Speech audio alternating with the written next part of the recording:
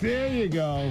You hear that fuse going? It's because we just lit it on another explosive hour of the Steve Gruber Show. Glad to have you here from the foxhole of freedom. I fight for you every single day, giving you better analysis than anyone else. Right here are three big things you need to know right now. Number one, you probably knew this, but the big dance held during March every year. The big dance, March Madness, held on Michigan hardwoods. Tell you about that. Number two, if you see something, say something. Well, that is, unless you're with the Detroit Police Department, then don't say a damn thing. And number three, speaking of Detroit, I think you'll like this. Gun owners, pay attention. Second Amendment advocates, pay attention.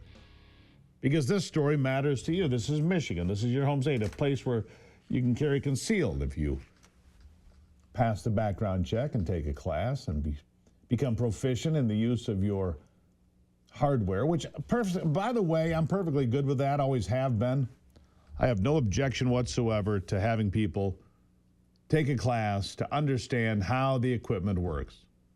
Long guns, handguns, rifles, shotguns, pistols, revolvers, whatever it is.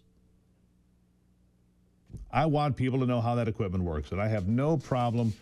I mean, yes, I realize that the Second Amendment is a right and not a privilege, but I think that there's nothing wrong with, including with that right, a responsibility to know how the equipment works. Anyhow, I digress.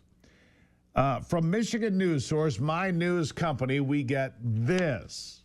Dateline Detroit. The Detroit City Council wants to mandate that residents pass a training course regarding safe storage of firearms before they can purchase a gun. Now, that I don't agree with. I'm okay with people learning how to run the equipment. But if you understand the equipment, you'll know how to properly take care of it. The resolution says state law for individuals who obtain a concealed pistol license in Michigan are already required to complete training, which has been updated to include the safe storage law, but other firearm owners and purchasers are not required to receive such training. The City Council introduced a resolution in its March 25 meeting that states, quote, hereby strongly encourages the Michigan legislature to create a legal requirement that, prior to purchasing a firearm, an individual must pass a training course regarding the safe storage of firearms to prevent children and minors from accessing them. It's the law. We have a safe storage law in Michigan. And if you violate that safe storage law, you will go to jail. If a child accesses your firearm and there's a bad outcome, you can trust you're going to jail in the state of Michigan.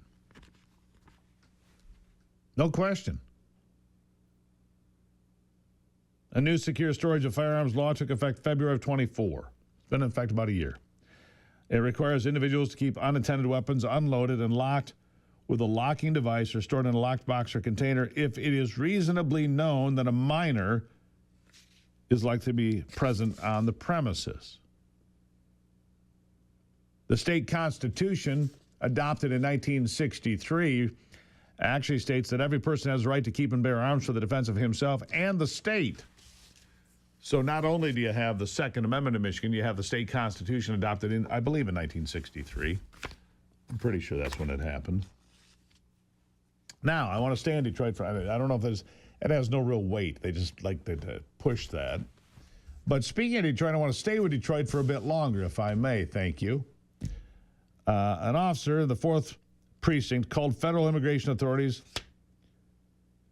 to turn in an illegal, and instead of getting a pat on the back for doing his job and following federal law, the Detroit Police Department instead handed down a corrective feedback session. Yeah, because he had violated department rules by contacting ICE. More discipline for the officer could be forthcoming, as he is not the illegal immigrant. Is currently under investigation. He's under investigation, not the illegal alien, the police officer that said to ICE, you have an illegal here. Following federal law. This is not going to go well, by the way, for the Detroit Police Department if they pursue this corrective action. In the United States, illegally entering the country is referred to as an improper entry, and the penalties under federal law are defined under the country's immigration law, 8 U.S.C. 1325. It's part of the Immigration and Nationality Act. A first offense can result in a fine, imprisonment for up to 6 months, or both. But do not assume that the offense of illegal entry is a minor issue simply because it's classified as a misdemeanor. Misdemeanors also include shoplifting, drunk driving, vandalism, reckless driving, harassment, simple assault. As with any criminal charge, enforcement of laws by law enforcement is, well, it's expected. If you do the crime, you got to be able to do the time, right? That's the old saying. If you do the crime, you got to be able to do the time. Well, not here, apparently.